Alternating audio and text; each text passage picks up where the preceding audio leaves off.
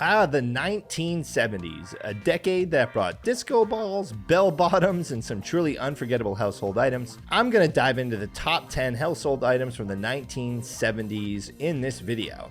The first one that comes to mind is the lava lamp. Well, look, so I was actually born in the 80s, but my dad, he was born in the mid 60s, so the 70s were like his prime time to shine, right? So he had these lava lamps at home. He still thought they were cool in the early 2000s. They are pretty cool, but they were like mesmerizing lamps with blobs of colored wax floating in liquid, which was like, I guess, the epitome of 1970s cool. Obviously, they were used more for decoration than lighting, giving sort of like a psychedelic glow. Perfect for setting the mood in any teenager's bedroom or a groovy living room.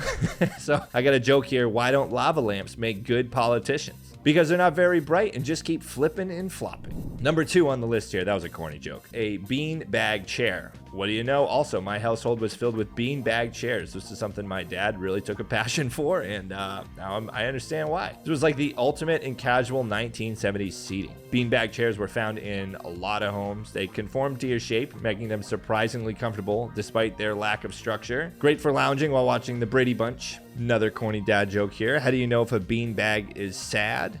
When it loses its beans. That one was really, really, really bad. If you guys remember sitting in beanbag chairs, they were really fun unless you fell asleep in them in the wrong position and then you woke up and your body was contorted in all these crazy directions from the lack of support, and it was like hard to move. Number 3 is the Avocado Green and Harvest Gold appliances. So I don't know if you guys remember these, but kitchens that I've seen from the 70s often had these distinctive colored appliances. They were like this avocado green and then like harvest gold. It was in refrigerators to ovens, and they scream vintage, and they were meant to bring an earthy, natural vibe in the home. But yeah, I mean, clearly the future was pretty bright. Next one is Shag Carpets. So Shag Carpets, they had deep pile and soft texture. These were all the rage. I remember going into a house one time because I sell insurance, so final expense life insurance, and I was in this woman's house. It was straight from the 70s, and there were shag carpets on the wall, if you guys remember that. And this woman smoked like a chimney, so I can only imagine the tar that was just soaked into the carpet over the last 50 years. Shag carpets, so they came in a lot of colors, different shades, and they require a special rake to keep them looking fluffy. So definitely high maintenance rugs here. It's like having a disco in your house. Now, what do you call a carpet that likes to dance? A shag. Rotary phones, number 5 on the list. These phones were a staple in every household. I remember we didn't have one in our house when I grew up, but I know my dad had one because my grandfather had a rotary phone in his office. I remember just watching him, and I'd be like, Grandpa, this is taking you like a long time to dial. He was a doctor, and he'd have to go over and over, but a lot of the numbers that we had 9, 7, 8 in the first 3 digits, so it was like the longest numbers. It took forever. Next one here, we got Sunburst Clock. So these clocks were not just timekeepers, they were actually pieces of art. They had distinctive rays extending from a central clock face and added flair to any wall. You could literally watch time fly in style. Number 7, we have fondue sets. Fondue sets became a pretty trendy way to entertain guests. Melted cheese or chocolates, various dippings, they made for a pretty fun eating experience. They symbolized the communal sharing spirit of the era. Now, I always wondered like how hard fondue sets were to clean with all the melted cheese and chocolate and everything. I remember they actually have a restaurant that is just fondue. Like everything there is fondue. But I remember growing up having the fondue cheese and chocolate and dip the strawberries in it and stuff like that. That was always really, really cool. Number 8, this is a funny one on the list, like the Clacker. So I don't know if you remember this. It was a toy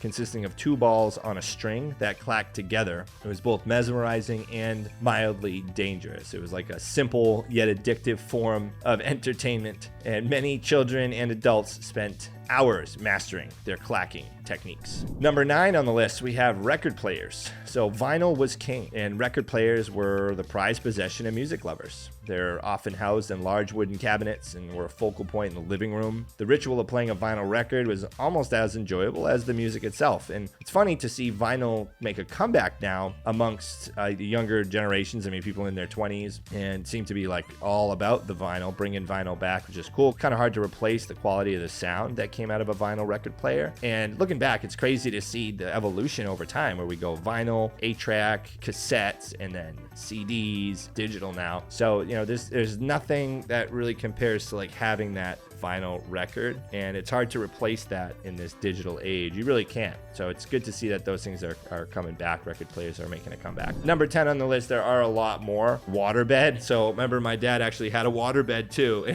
This was like the epitome of bedroom luxury in the 70s. I had a waterbed. My dad got me a waterbed. It was like floating on a gentle wave, which was both soothing and unnerving. They were like the ultimate status symbol for cool and modern in the 70s, and then clearly into the 80s and 90s when I grew up. I remember they were good because I was an elastic child, and when you're young, really you don't get the same aches and pains, but I can't imagine that a waterbed would provide the support that someone would need who has like a tough back pains or knee pains or something like that. So I'm going to give you guys a couple bonuses here. Those are the top 10. There are a couple bonus household items from the 70s that I can think of. If you guys remember the cathode ray tube television, CRT televisions, they were like less of an appliance and more of a piece of furniture dominating the living room. The picture went fuzzy, a good thump on the side sometimes did the trick. There was limited channel selections. It meant less channel surfing and more family consensus on what to watch. So it's definitely slim pickings. There was also the 8-track tape players. This was the Spotify of the 70s, I guess, with more clunk and less funk. Changing tracks wasn't exactly seamless and often resulted in being mid-song on another track. Portability revolutionized music listening, though, allowing people to take their favorite tunes on the road, which is super cool. Also, if you guys don't forget the manual typewriter,